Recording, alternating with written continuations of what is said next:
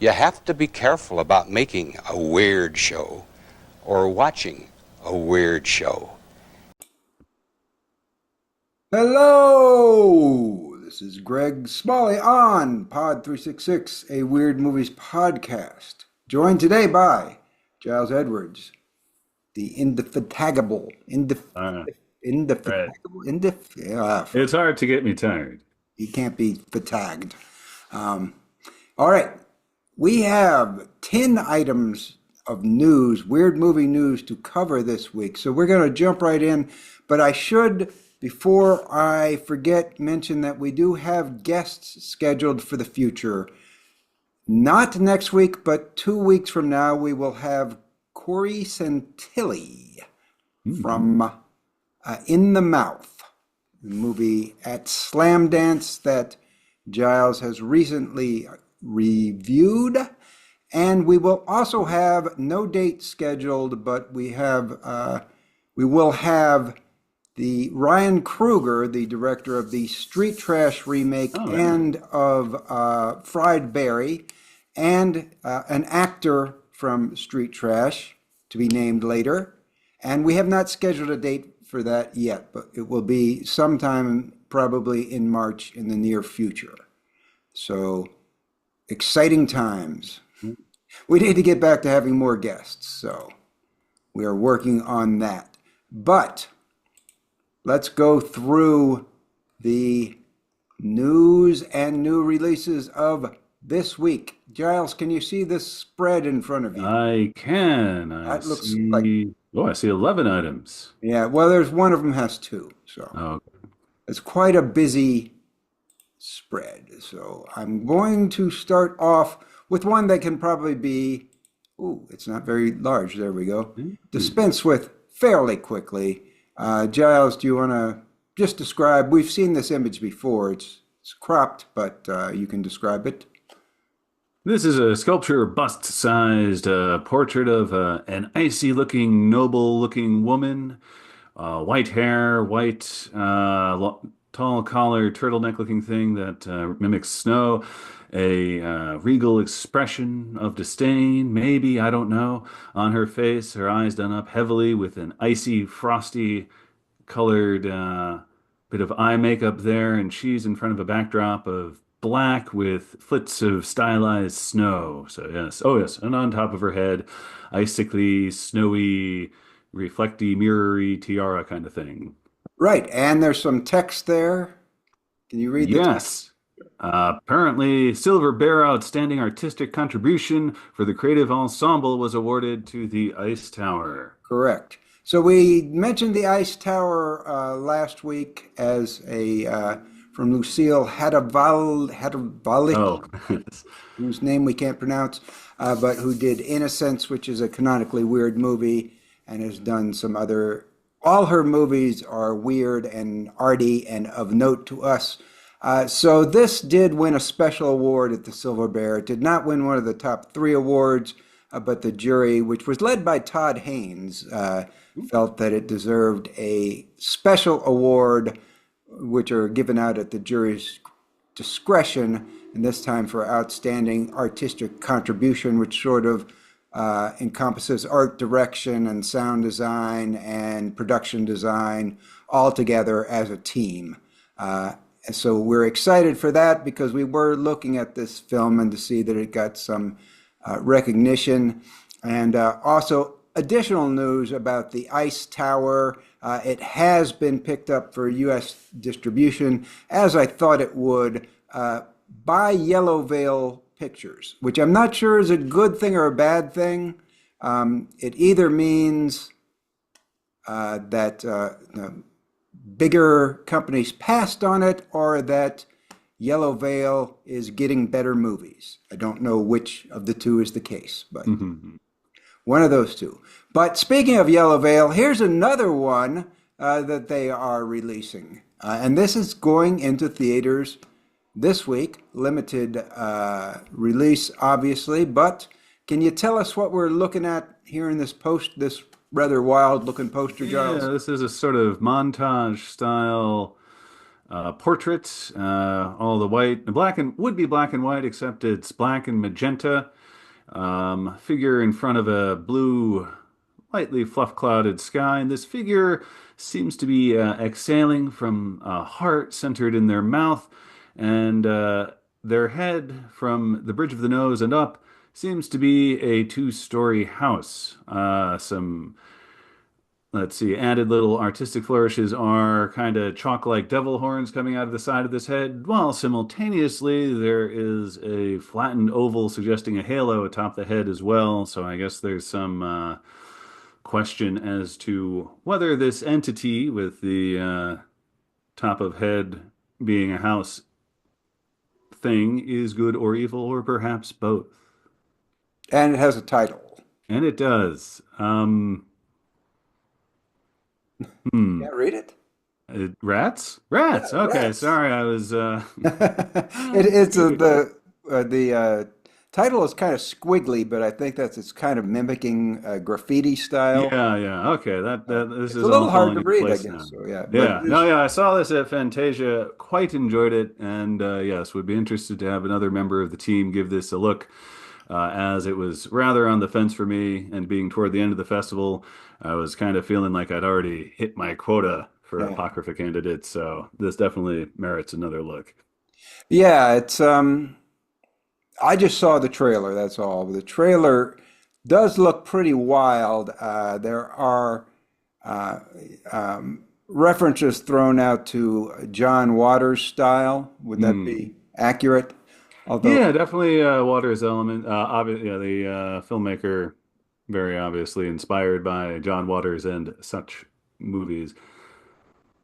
as But far as I can tell, it's about a graffiti artist who gets arrested. Then, for some reason, from that leads to him living with like his cousin or somebody yep, and who lives in there's a neighborhood of perverts and may be involved in a some sort of plutonium smuggling or something yeah, like that. plutonium smuggling. There's a local serial killer. So it's all these things where they threw a whole bunch of elements and just sort of set the mechanism off. All right. That is Rats in Theaters limited release. Try to find it near you or wait for it to come to home video, probably fairly soon. And speaking of home video, we're moving on to our home video releases for the week. And here's our first one. We have a still from this, which Giles Yeah. will endeavor to describe. There's a sort of long, shaggy-haired individual lying in bed. Judging from the features that can be seen, I'm guessing this is a fella of some sort, and he's looking up at someone who seems to have positioned herself over him, and she is holding a mirror over the over one side of this guy's face, and it's reflecting her, and rather nicely sort of syncs up as completing the other half of the face. With the images of these individuals, the one in reflection there. Kind of grainy, and I think that's going to be the hint for me as to what this movie is. Well, here's another hint. The woman in the mirror is Anita Pallenberg, and the man lying on the bed is none other than Mick Jagger. So I bet you That'll can be. guess the movie now. I can. It's actually been on my Amazon shopping cart for months and months and months. This is Performance. Although this version was not in the cart for months since Criterion has only just released this.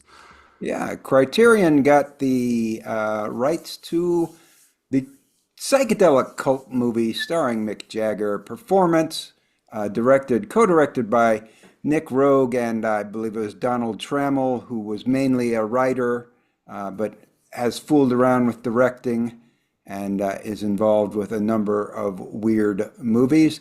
Very nice that Criterion got the rights to this, and they will certainly give it the kind of up it's upgrade because it's going to be a 4K. You can buy either the 4K and the Blu-ray or the Blu-ray alone.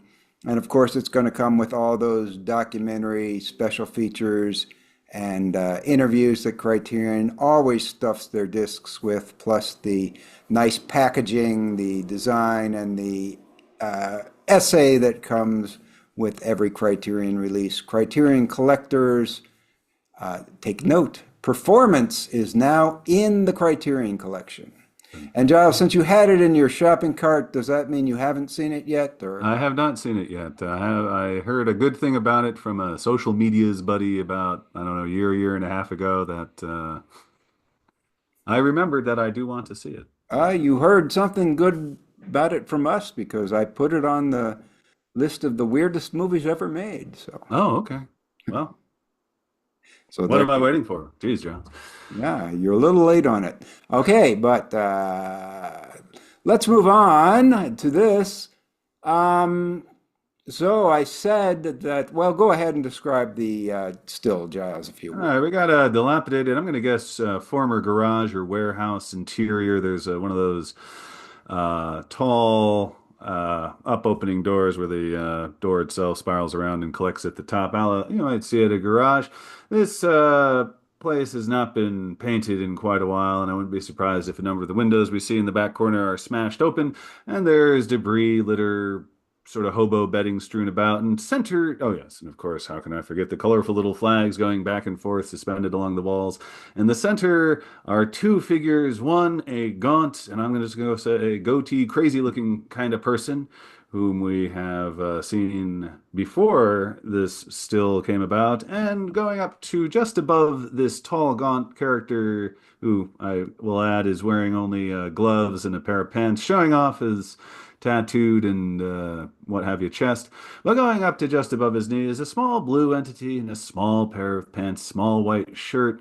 Looks like it's got a comb over and a wide-eyed look of surprise at something that is on the ground that it seems they both may be looking at, but not clear. And this little guy, he's standing on a bit of astroturf there, and I kind of wonder if he's real. Oh, well, you should probably know because you've seen this one. It was left kind of unclear. Oh, okay. And the movie is Why the movie is Street Trash. Street Trash, the 2024 remake. And as I mentioned, we will have the director on at some point in the future, date unknown. What can you tell us quickly about the Street Trash remake, which I have not yet seen? Oh, it's a fun movie. The director does take more of a bit more overt social commentary angle to it. One of the main draws for anyone going after a street trash named feature, though, is how well do the hobos disintegrate or explode? My answer to this from seeing this movie is very well indeed. Lots of gooey, gloppy practical effects going on here. And the added presence of this actor who, unfortunately, his name always evades me despite what a singular phenomenon he is. He's used quite judiciously, but in essence, it's kind of a buddy comedy thing in a lot of ways with some social commentary and a whole lot of glop. Yeah, I think he's Gary Green. Does that sound right? Yeah, that sounds very right. Yeah. From Fried Berry. He's the star of Fried Berry.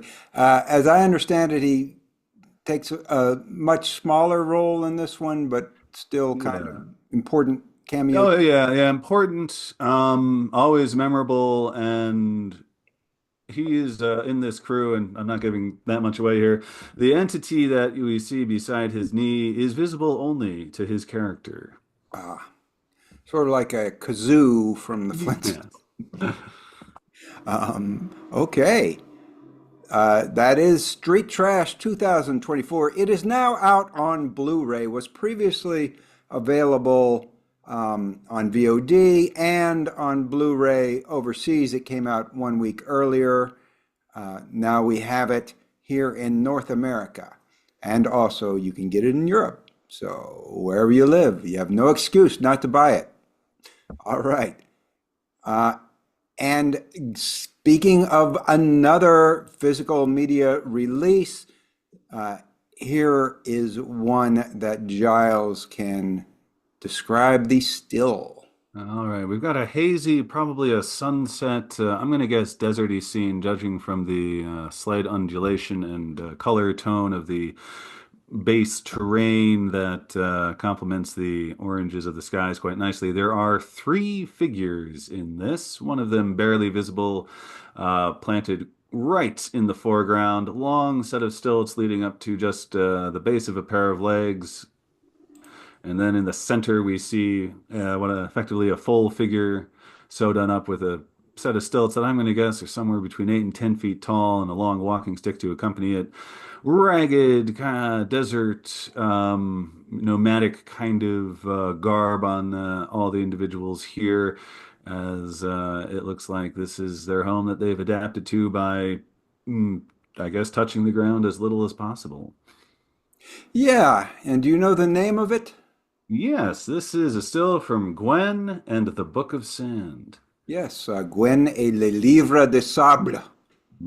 Nice. It's a French movie from about 84 or 85. Animation not previously seen in the US, or at least not very much.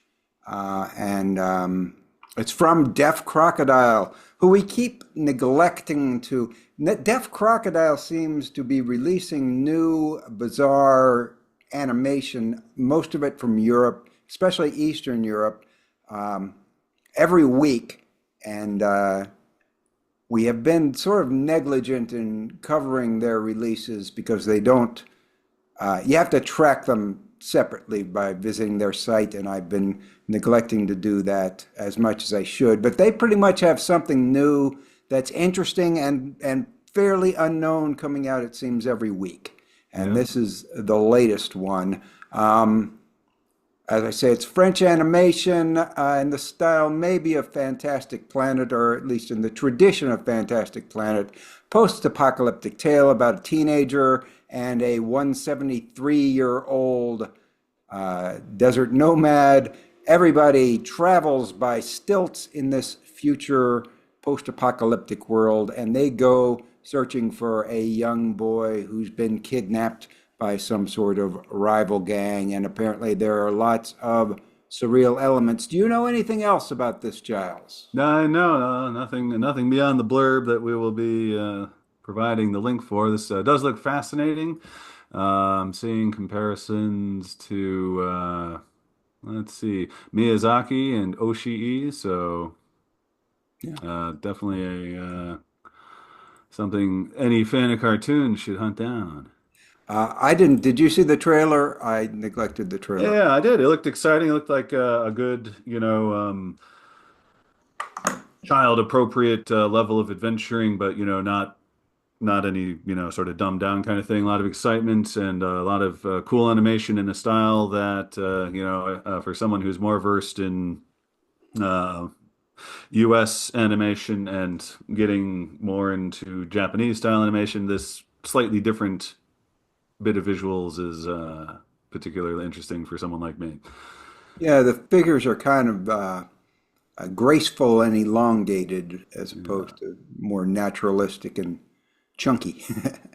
But okay, so those are sort of, now we're getting into, we have a string of 3 very rare releases that we're going to cover right in a row. All 3 direct-to-video things that have probably never really been seen by many people before. All originally came out direct to either DVD or VHS. I believe there may be one exception to that, but at any rate, they're all very rare films that have not been seen by many people. And this is the first of them, and Giles is going to attempt to describe it. Well, this, I believe, is the cover of the product in question, which is going for a combination of post-punk neon pastiche with early horror slash creature feature sentiments. We can barely make out the figure of an individual. Well, we can make out a little bit of a figure of an individual amidst the pink and blue cross hatchings of the post-punk look kind of thing. An intense eye looks out at us. We can see much of a nose and forehead there, and about half of the image is taken up by a blurb, the title, and 3 excited adjectives. And I think the ad copy there describes precisely why we are covering it. It says, now you're really out of your mind. And the 3 words are fantastic, horrifying, and right there, dab in the center, weird. So there we go. And as I can understand from the synopsis, it is about a female mad scientist who goes to a hotel and starts using her concoction to turn people into slime, which she then eats, which sounds like a sort of a standard horror, low budget horror setup. But if you watch the trailer and so forth, it's really not. Also, if you look at this other still, which I wanted to include from this movie, because I wanted both the cover and a still. That's a good still. If you look at this still, you'll see that it's a bit different than you would expect from a sort of standard micro-budget B movie of the early 1990s. What do you want to say what we have here, Giles? Sure. In the background, because I've seen the trailer, I believe that is the bedspread on the Grand Hotel, and we can see an array in roughly grid form of a bunch of potatoes. In the foreground, we see the woman's hand, the lead character, holding a potato. She's taken at least 2 bites out of this thing, one of which well, actually, she's taken a bite out of this, which I believe prompted the eye, and I mean this more in the human style eye as opposed to the potato style eye, opening up and staring at the biter with, I'm going to say, a look of indignation at the liberty taken. It's a very surrealist image there, a potato with an actual human eye in it. And if you watch the trailer, you will see that this movie is very well shot, considering it's low budget, very well lit. Everything looks great. I don't think the acting is probably, up to snuff, but it's clearly a much more serious work than you would think from the synopsis and the title, Disembodied. And I did some looking up on the director, whose name is, I don't want to get it wrong, William Kirsten. William Kirsten. He is actually a stop motion animator, and there's some stop motion in this. And he's also, very interestingly, a classical music composer who has published symphonies. So Well, that's a very unusual. Of course. Yeah. Yeah, that's a very unusual set of talents. And he also makes low budget movies. I think the ad copy describes it as sort of a cross between Eraserhead and Plan 9 from Outer Space with a touch of Frank Henenlotter in there. So if that doesn't get you excited for this movie, nothing will. It's called Disembodied, on Blu-ray now, on Blu-ray exclusively for the time being. You say you saw the trailer, Giles? Yeah. What'd you think? I think it certainly piqued my interest. And it was shot on 16 millimeter, which even with whatever resolution I saw there, I'm kind of curious how well 16 millimeter takes to a 4K UHD upgrade. Yeah. But it looks like it's a shade under 80 minutes, and so the many things it appears to be getting up to will be come and gone before probably giving the viewer any chance for regrets, other than what if they can't handle the kinds of weird violence that seems to permeate. Yeah. You make a point here that I hadn't noticed. It is on, it's a 2-disc set, and there is a 4K UHD for this, along with the standard Blu-ray. And like you, I'm not sure why you would want a 4K presentation of a movie that was originally distributed directly to video, but and yeah, one of the bonus features is the VHS version, which I think is a nice touch, because I know a lot of horror fans are like many of us, nostalgic in their particular way, and VHS really helped horror as a genre, at least in this country. yeah, it was Take root. released in 1998, so it would have been right on the cusp of when VHSs were going out and DVDs were coming in. Yeah. Or DVDs, I think, would be pretty new technology, and more people would have VHS at the time, so it probably went direct to VHS mostly. So yeah, but very interesting looking little artifact. And so then there's another one that's in sort of a similar vein. This one, I said they were all direct to VHS. This might have gotten a little bit of theatrical distribution.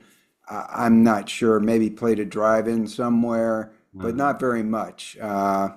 Giles, you want to describe this quite elaborate cover? Yeah, I'll do try to focus the highlights. It's one of those character explosion kinds of covers. In the center, we have hero. We have various props we may see in this movie thrown around, the little throwing stars. Looks like a couple pink lasers, a chicken, of course, some minor baddies there of different varieties. There's a black gentleman. There's a young woman in a red robe. There's a what looks like maybe a kind of crazy chef person, which may or may not explain the reason there's a chicken on the screen. Looming over the hero's shoulder is, I'm going to guess, the sort of kingpin guy who's orchestrating whatever evil is going on.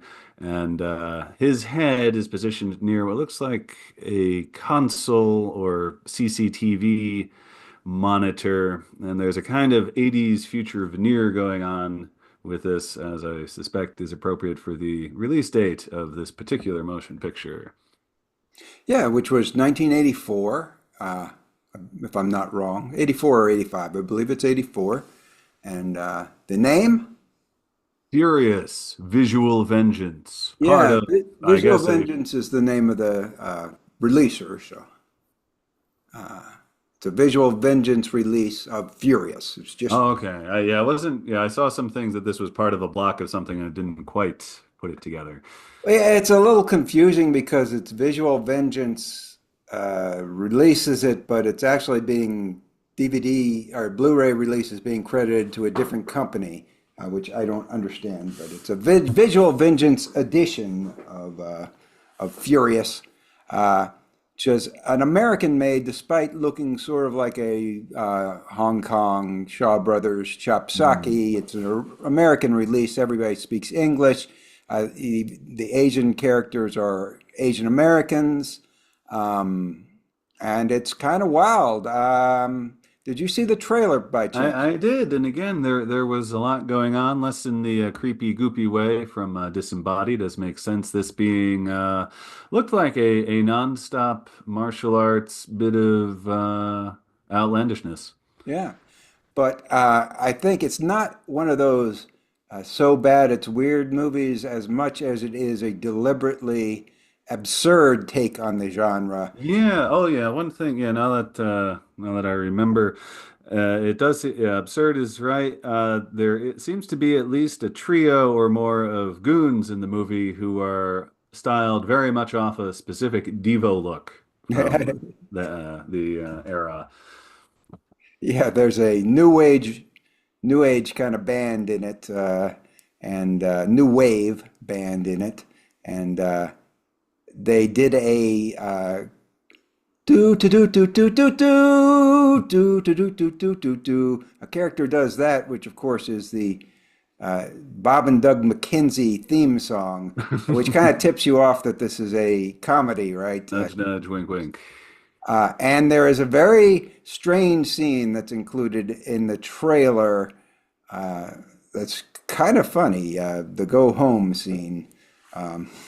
But well done, very surprising. So this seems to have its tongue in its cheek and be very absurdist kung fu adventure. But maybe there's probably enough action also to keep people entertained on that level. Oh yeah. So this one looks kind of cool. It's easy to see why it would not find an audience in 1984, though, I think. And our last of our direct-to-video, maybe, trio is this one, which is probably the biggest reach. But can you describe this rather grainy image here? It is a rather grainy image. The color palette is like, I don't know, you injected sepia with lemonade and just kept pouring it in. This is a very yellow brown and not much white to go about it. We got maybe a derelict alleyway. We're possibly subterranean, maybe inside a large warehouse, debris Off to one side, a sort of row of things toward the back. And in the foreground, I'm going to call this a humanoid figure in, oh, I don't know. Could be a smoking robe, actually. It's hard to tell from the graininess here, with either a very large napkin or scarf or cravat covering much of the torso. Left arm is out at an angle, elbow bent, fingers flared out, and the expression on this person's face, I'm going to say they're probably wearing a mask of some kind. Has some crazy eyes with some stylized eyebrows above it, and I don't know, maybe like rat-like whiskers, black lips, and might be imagining things. Looks like a few pointed bicuspids going on as well. So all told, a strange person in an unclear milieu.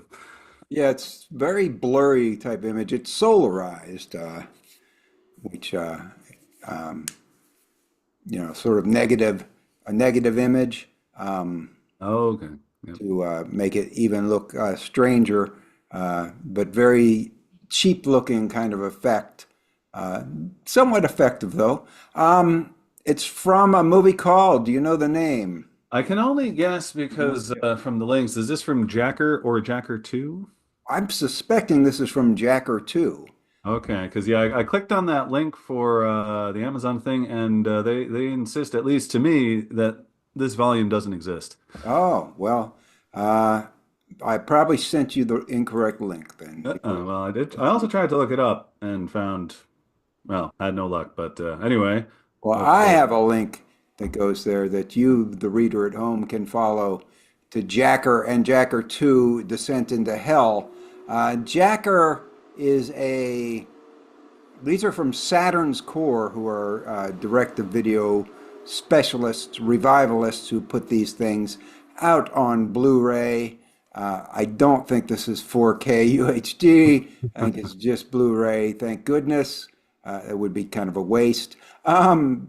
But Jacker is just about a carjacker who is also a serial killer, sort of a violent, no-budget cult movie. It doesn't seem, it might be fun for people who specialize in that kind of genre. It doesn't seem like our kind of thing. But then the sequel sounds more interesting to us, Jacker 2, Descent into Hell, where the actual Jacker was killed at the end of the first one, and in this one he returns from hell and possesses bodies of other people. And as the synopsis reads, Rivers returns as a supernatural entity who can inhabit the bodies of his murdered victims. Focusing his ire on the lone, spelled wrong, disfigured survivor James, Rivers plunges him into a surreal psychological hellscape that resembles a solarized version of Harmony Korine's Trash Humpers, Okay. which we have the image still up. Yeah, that's kind of what it looks like, right? Yeah. So that's the part that seems interesting. Jackers 2, not necessarily Jackers 1. But you got to watch them both to get the whole. Oh, I mean, otherwise I'll have no, yeah, one would have They're no probably idea what's very, going they're on. probably short movies. So if you watch them back to back, it's like watching one long movie, one very long movie. Oh, here we go. I was able to finally convince them I wanted to see this product. Okay. And you can see some of the other stills have a similar aesthetic to this one I've chosen. hmm hmm But that's it for Jacker slash Jacker 2 from Saturn's Core. All of those last three, of course, available only on Blu-ray. Also, the same goes for the Deaf Crocodile one, Gwen and the Sand, Book of Sand. And this one, I believe, is probably, you might be able to find this somewhere else, but here it is on Blu-ray. And Giles, you can describe this image rather quickly, I Yeah, imagine. that's right. Taking up virtually the entire visual space and bleeding over cut off at the edges is an old fella's face. This is an old fella, well-grown schnoz, big cheeks, eyes squinted from, age as gravity takes its toll on the body. But this is a happy guy. His little grin shows off two teeth, which might be the full mouth of teeth he has at this point. But he seems able to face the day. And then we have the title, Hukkle, and a film by György Pálfi, and it's from the catalog. So, György Pálfi, of course, you might know better from Taxidermia. Did No, you see Taxidermia, Giles? I don't know, but Well, if you I'd don't probably know, remember if I did. you would remember if you did. Um, it's very memorable. This is his first film, Hukkle, which came out on DVD and went out of print and is now coming out for the first time on Blu-ray from the catalog, at least here in the United States. It's a film that I haven't seen, but has a very surreal reputation. I'm suspecting the name Hukkle is the Hungarian equivalent to our hiccup, Hmm. because this gentleman you see here hiccups throughout the movie, or huckles throughout the movie. And it is a nearly wordless look at a Hungarian village. It's very strange. Includes some sequences of pigs having sex, it looks like, and uh, there's also a murder investigation going on in this movie, but apparently it's handled in such a low-key way that it's never really mentioned or highlighted or foregrounded, as I understand it. So it has a reputation indeed as a very strange movie, as you would expect from György Pálfi, who went on to make Taxidermia, the more famous movie. This one I think is definitely worth a look. It's been on my to check out list for a long time. By any chance, did you see the trailer, Giles? Oh, shoot. No, I'm sorry.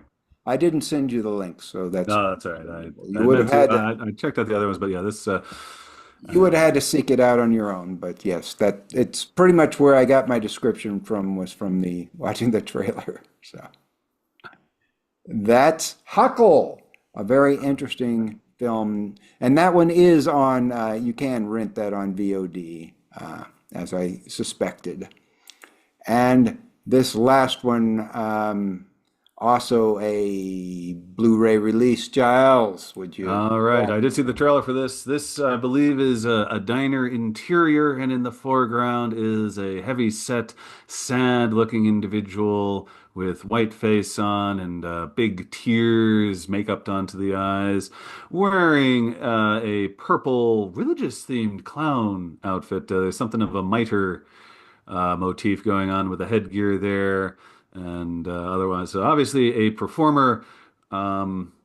With perhaps the incongruous element being the straps of heavy weaponry ammunition around the shoulder, a bandolier of looks like shotgun shells and of machine gun bullets. Yeah. And this character looks mid-word, but being so well armed, I'm going to guess things are not going well. No, he's like a bishop in a clown in clown makeup, basically um, with a submachine gun. It is from The Last Circus. The Last Circus, the a movie that's an allegory for the Spanish Civil War, from Alex de Iglesias, about a sad clown and a happy clown fighting over the fate of a woman. They represent the fascists and the communists fighting over Spain. A lot of violence, and for Alex de Iglesias fans, it's a late movie that's one of his. I think it's going to be right in your wheelhouse if you like de Iglesias. It's very action oriented, wild, and inventive. Not so weird, but close enough that I think it's worth checking out. Yeah. And that will about do us for today. So we're going to sign off and say goodbye. We'll be back next week, possibly with a guest, probably not. And in 2 weeks, we'll be back with Corey Santilli for sure. Excellent. Weird. Yeah, I guess that is the word for it. weird.